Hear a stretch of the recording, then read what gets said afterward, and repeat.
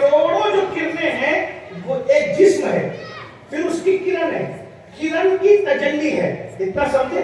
تجلی direct نہیں ہے، یہ تجلی مجھ پہ ڈائریکٹ آ رہی ہے لیکن یہ ڈائریکٹ نہیں ہے. اس تجلی کے سامنے آئینہ رکھتے ہیں تو اب وہ تجلی جو آئینے میں دکھ رہی ہے اس کو کہتے ہیں ظل، تجلی کا سایہ. یہ بات سمجھ آئی؟ سمجھ آئی؟ سمجھ میں آئی کہ نہیں؟ اب جب یہ تجلی آئینے میں دکھے گی تو یہ روشنی کو پورے کمرے میں انعکاس کے ساتھ اس کا عکس جو ہے پورے کمرے کو روشن اور منور کر دے گا تو سب اس کی طرف بھاگیں گے، روشنی روشنی روشنی روشنی. سمجھ میں آتی بات؟ لیکن جو اس تجلی کی طرف بھاگیں گے جو آئینے میں دکھ رہی ہے یہ پکڑ میں نہیں آئے گی، یہ پکڑ میں نہیں آئے گی. آئینہ ہٹا دو تو روشنی غائب، اور یہ جو کرنیں ہٹا دو تو روشنی غائب. کرنیں ہٹ جائے تو بھی روشنی غائب، آئینہ ہٹا دو تو بھی روشنی غائب، اور وجود ہٹ جائے تو پھر سبھی غائب. اتنی بات سمجھ میں آتی ہے؟ اب یہ فوکس کو یہی پھینک دیجیے. اللہ اکبر، اس سے بڑی روشنی ہے چوتھے آسمان کا سورج. ایک ہے سورج کی ذات، دوسرا اس کی کرن، پھر اس کی تجلی. تجلی پھر وہ جو آئینے میں دکھے. اب آپ غور کر سکتے ہیں یہ آسمان کا سورج اللہ اکبر، اور ایک ہے آفتاب نبوت، ایک ہے نبوت کا سورج، وہ ہے مصطفیٰ جان رحمت کی ذات. اب مصطفیٰ جان رحمت کی جو ذات ہے آفتاب رسالت، اس سے نور کی کرنیں نکل رہی ہے، اس سے نور کی کرنیں نکل رہی ہے. اللہ اکبر، اس کی کرنیں کروڑوں، سورج کی اربوں خربوں. تو نبی کے نور کی کرنیں کتنی ہوگی اس کا کوئی اندازہ کر سکتے ہیں؟ وہ اندازہ کر سکتے ہیں؟ میرے امام کہتے ہیں نبی کے نور کی کرن کیا ہے؟ نبی کے نور کی کرن کیا ہے؟ تو کہتے ہیں تو ہے خورشید رسالت پیارے، چھپ گئے تیری ضیا میں تارے، انبیاء اور ہے سب ماں پارے، تجھ سے ہی نور لیا کرتے ہیں. نبی سے نور لینے والے انبیاء ہیں، وہ لوگ کتنے ان کے انوار ہوں گے. اب نبی کی ذات، توجہ نبی کی ذات، توجہ نبی کی ذات. اگر راجو والے نہ سمجھ سکے تو گنبد خضرا والا مسکرا دے، بس میرا کام بن جائے. اللہ اکبر، نبی کی ذات کروڑوں اربوں خربوں بے شمار انوار و تجلیات، ان تجلیات میں سے ایک کرن، اس کرن کی تجلی، اس تجلی کا عکس، اس عکس کے بارے میں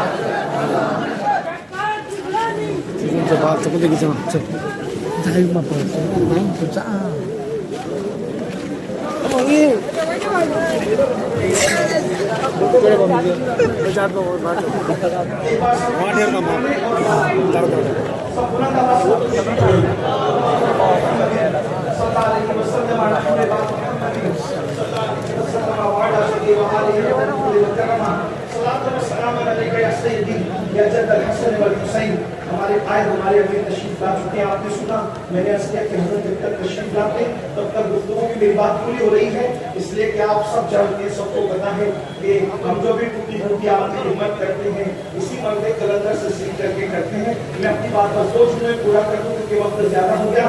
امام اہل سنت کے نزدیک کعبہ کی حیثیت اور کعبے کی حقیقت اور کعبے کی عظمت کیا کہتے ہیں؟ جو رسول اللہ کی ذات ہے، انوار ہے، تجلیات ہے، تو حضور علیہ السلام کی کرنوں سے جو تجلی ٹوٹتی ہے اس تجلی کا ساری تجلی کا نہیں، حضور کے سارے انوار کی تجلی کا نہیں، بلکہ حضور کی تجلی کا ایک سایہ ہے، صرف ایک سایہ، ایک سایہ. اب فرماتے کعبہ بھی ہے انہی کی تجلی کا ایک ظل، کعبہ بھی ہے انہی کی تجلیات کا نہیں، کعبہ بھی ہے انہی کی تجلی کا ایک ظل، روشن انہی کے نور سے پتلی حجر کی ہے. اب مجھے بتاؤ، جب نبی کی تجلی کے عکس کو اللہ اکبر کعبۃ اللہ کہتے ہیں، جس کی تجلی کے ظل کو کعبۃ اللہ کہا جائے، جب کعبے کی عظمت کا یہ عالم ہے تو اللہ اکبر، پھر حضور کی وہ کرنیں، پھر حضور کا وہ وجود اور حضور کا جسم مبارک، اس کی شان کا عالم کیا ہوگا، اس کے مقام کا عالم کیا ہوگا. اسی لیے تو امام نووی ہو، اسی طرح امام زرقانی ہو، اسی طرح شیخ محقق ہو، ان بزرگوں نے فرمایا کہ رسول اللہ کے جسم اطہر سے جو مٹی اس وقت